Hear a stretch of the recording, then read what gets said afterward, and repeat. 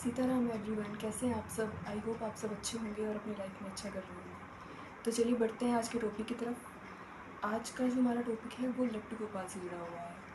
हाँ जी, आज हम जानेंगे लड्डू गोपाल जी के प्रकट होने की कहानी। तो चलिए आगे बढ़ते हैं।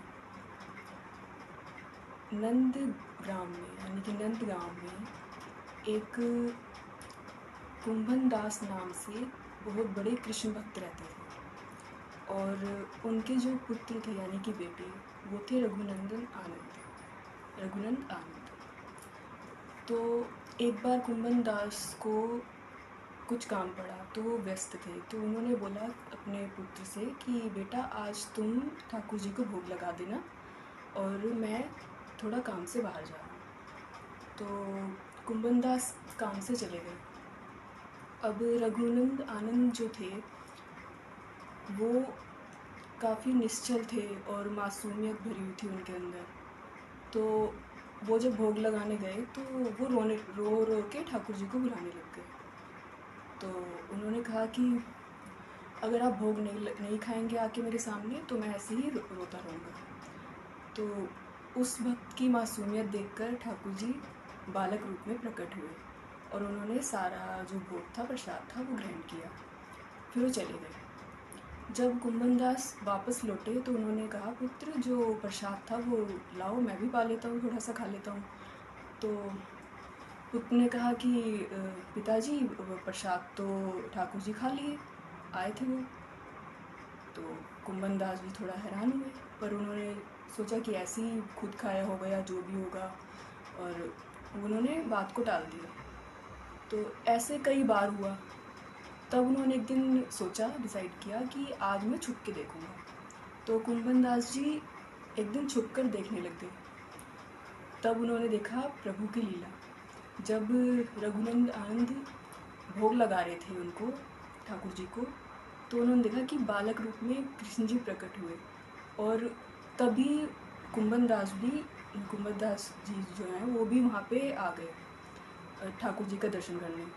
पर उसी वक्त ठाकुर जी स्थिर हो गए, क्योंकि उनका क्या है कि जिनको उनको दर्शन देने वो उनको ही दर्शन देंगे, बाकी वो फिर नहीं किसी को दर्शन देते। तो उन्होंने जैसे देखा कि कोई आ गया है तो वो वहीं पे स्थिर हो गए, उसी जो उनका मतलब कि उस टाइम जो रूप था उसी में।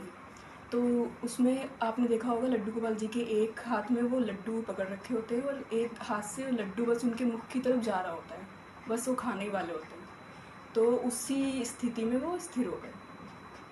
तब से ही उनका नाम भी लड्डू गोपाल पड़ गया और जो उनका जो बालक रूप था वो वही बालक रूप है। तो इसीलिए कहते हैं कि अगर आपकी निश्चल भक्ति है, मन साफ है, तो ठाकुर जी किसी भी रूप में आपको दर्शन दे सकते हैं।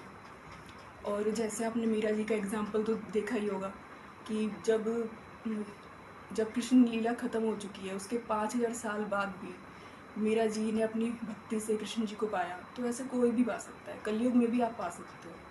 तो बस निष्ठा आपकी सच्ची होनी चाहिए, आस्था सच्ची होनी चाहिए, बस और कुछ नहीं। तो आज की जानकारी यही थी। बाकी आप में से कितनों को ये बात पता थी और कितनों को आज पता लगी, मुझे कमेंट बॉक्स में बताएं। नेक्स्ट टॉपिक भी मैं जल्दी लाऊंगी। और मेरी वीडियो पसंद आई है तो इसे लाइक करें, शेयर करें और मेरे चैनल को सपोर्ट करें, सब्सक्राइब करें। आगे भी ऐसी वीडियो अगर आपको चाहिए तो प्लीज़ मेरे चैनल को सपोर्ट करें। और आप अपने भी विचार रख सकते हैं। और अगर किसी को लड्डू गोपाल का श्रृंगार करवाना हो तो मैं डिस्क्रिप्शन में अपना इंस्टा का लिंक डाल दूँगी, आप उस पर जाकर मुझे फॉलो भी कर सकते हैं और अपने लड्डू गोपाल की सेवा के लिए श्रृंगार का ऑर्डर भी दे सकते हैं। तो मेरा चैनल है LG मेकअप स्टूडियो के नाम से, ठीक है। तो आप उसमें मुझे वहाँ पे भी सपोर्ट कर सकते हैं और जिसको लड्डू गोपाल की सेवा करवानी हो तो आप करवा सकते हैं। लड्डू गोपाल का पूरा श्रृंगार किया जाता है, 0 साइज़ से लेकर 10 साइज़ तक। अब जो भी आपका होगा वो मैं कर दूँगी। तो कपड़ों से लेकर सारा मेकअप किया जाता है।